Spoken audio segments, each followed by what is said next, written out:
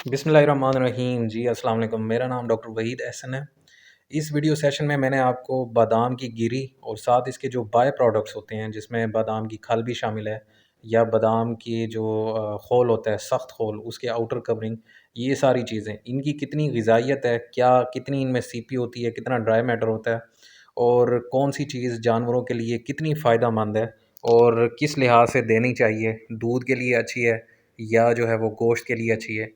तो ये सारी चीज़ें मैंने आपको बतानी है। सबसे पहले मैं कंसेप्ट क्लियर कर दूं कि ताकि आपको पता हो कि कौन सी चीज़ क्या होती है। जो बादाम की गिरी है, बादाम की गिरी जो सफ़ेद रंग की होती है जिसके बाहर ब्राउन रंग का छिलका होता है, तो उस बादाम की गिरी की क्या ग़िज़ाइयत है वो भी आपको बताऊंगा।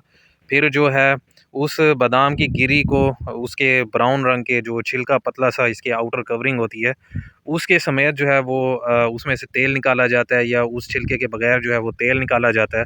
तेल निकालने के बाद जो है वो पीछे जो चीज़ बच जाती है उसको बादाम की खल भी कहते हैं या आलमंड मील भी कहते हैं, आलमंड प्रेस केक भी कहते हैं। तो उसकी ग़िज़ाइयत भी आपको बताऊंगा। और फिर जो बादाम का जो बड़ा खोल होता है, जो सख्त होता है, पीले रंग का मोटा, तो उसकी क्या ग़िज़ाइयत है वो भी आपको बताऊंगा। और फिर उस पीले खोल के बाहर जो गिरी सी होती है, जिस तरह ये खुबानी ड्राई हुई हुई हो, तो उसके बाहर की जो मीठी सी होती है जो हम खाते हैं, तो उस तरह की जो बादाम की होती है उसकी क्या ग़िज़ाइयत है। तो ये सारी चीज़ें भी आपको बताऊंगा। तो शुरू करते हैं वीडियो। तो सबसे पहले बात करते हैं बादाम की जो आउटर लेयर होती है, जो सख्त शेल के बाहर वाली होती है। सख्त शेल जो है वो पीले रंग का होता है, सख्त, जिसको तोड़कर हम अंदर से गुल्ली निकालते हैं। तो उस शेल के बाहर वाली जो तह होती है, उसकी क्या ग़िज़ाइयत है। उसे आलमंड हल भी कहते हैं, आलमंड हल। तो उसके बारे में मैं आपको बताता हूँ कि इसमें जो ड्राई मैटर है वो तकरीबन 90% होता है। क्रूड प्रोटीन जो है इसमें कम होती है, 5 से 6% के दरमियान होती है। फ़ाइबर जो है इसमें तकरीबन 15% होता है। लिग्निन जो है इसमें जो है वो 10 से 11% होता है। ईथर एक्सट्रैक्ट, मतलब जो ऑयल्स की कंसंट्रेशन है वो तकरीबन 2 से 3% होती है। और इसमें जो है वो शुगर्स, क्योंकि ये मिठास में होता है, मीठा होता है, तो इसमें जो शुगर्स हैं वो ज़्यादा होती हैं। शुगर तकरीबन जो है वो 30% तक होती हैं। और इसमें जो ग्रॉस एनर्जी है वो 17.6% होती है, 17.6 मेगा जॉल पर केजी ड्राई मैटर की होती है। तो ये टोटल एनर्जी है। ये ज़रूरी नहीं कि जो जिस जानवर को आप दे रहे हैं तो उस जानवर को भी 17.6 मेगा जॉल पर किलोग्राम ड्राई मैटर की मिलेगी, उसको इससे कम ही मिलेगी। इसमें जो कैल्शियम है वो 3 से 4 ग्राम पर केजी ड्राई मैटर के होता है। फास्फोरस जो है वो तकरीबन 1.8 ग्राम पर केजी ड्राई मैटर के होता है। इसके बाद हम बात करते हैं जी आलमंड शेल की। आलमंड शेल से मुराद है वही जो पीले रंग का सख्त हिस्सा होता है। जो अगर कागज़ी बादाम है उसका तो आसानी से हम तोड़ सकते हैं।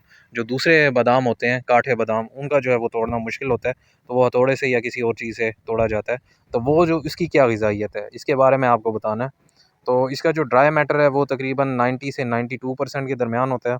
जो इसमें क्रूड प्रोटीन है वो इंतहाई कम होती है, तूड़ी की जितनी, 2 से 3% मैक्सिमम। जो क्रूड फाइबर है इसमें बहुत ज़्यादा होता है, वो होता है 57 से 65 के दरमियान। इसमें जो ईथर एक्सट्रैक्ट है वो इंतहाई कम होता है, 0.5% या बल्कि तकरीबन ना होने के बराबर होता है। और इसमें जो ऐश है वो तकरीबन 2.5% होती है।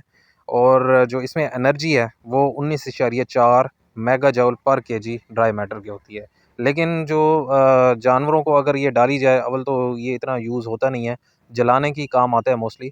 तो इसमें एनर्जी जो है वो ना होने के बराबर जानवर को मिलती है, तकरीबन 5 से 6 मेगा जॉल पर केजी मेटाबॉलाइज एनर्जी की बात कर रहा हूँ।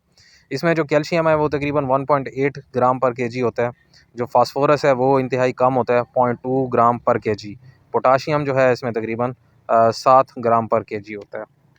तो यहाँ से हमें पता चला कि जो शेल है, आलमंड शेल, जो बादाम का जो है खोल है, तो उसमें जो है वो ग़िज़ाइयत इतनी अच्छी नहीं होती।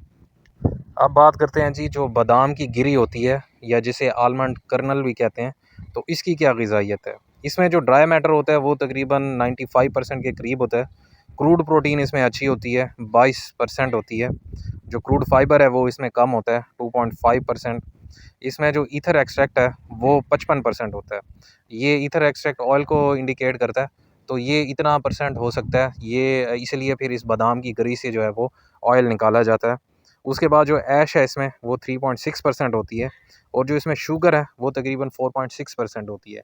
इसलिए जो है ये ज़रा मीठा महसूस होता है। बादाम की गिरी की बात कर रहा हूँ।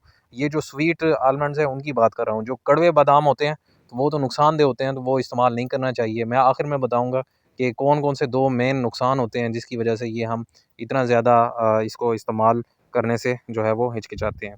तो इसमें जो एनर्जी होती है आलमंड कर्नल में, बादाम की गिरी में, वो तकरीबन जो है वो 30 मेगा जूल पर केजी ड्राई मैटर होती है।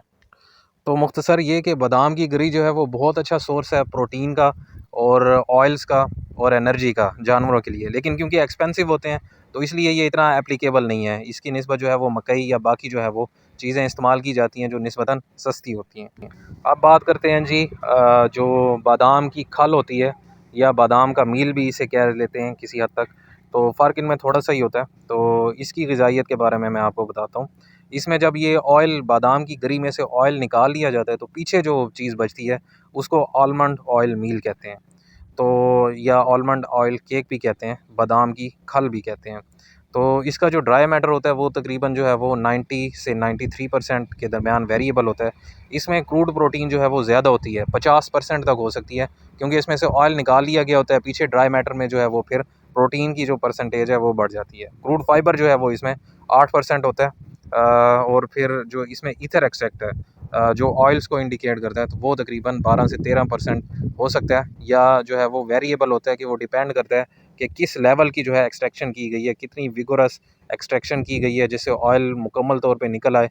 लेकिन फिर भी कुछ ना कुछ ऑयल बच जाता है, तो वो तकरीबन जो है वो वेरिएबल होता है, 13% तक हो सकता है, 8 से 13% के दरमियान वेरिएबल हो सकता है। ऐश जो है इसमें 7.5% हो सकती है, और जो शुगर्स हैं वो 17% तक होती हैं, और इसमें जो एनर्जी है वो 22 मेगा जूल पर केजी ड्राई मैटर की होती है।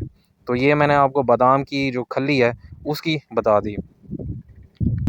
अब बादामों के या बादामों की खल के जो है वो 2 मेन नुकसानात मैं आपको बताता हूँ जो पॉसिबल हैं। ज़रूरी नहीं कि ये नुकसान हर वक्त हों।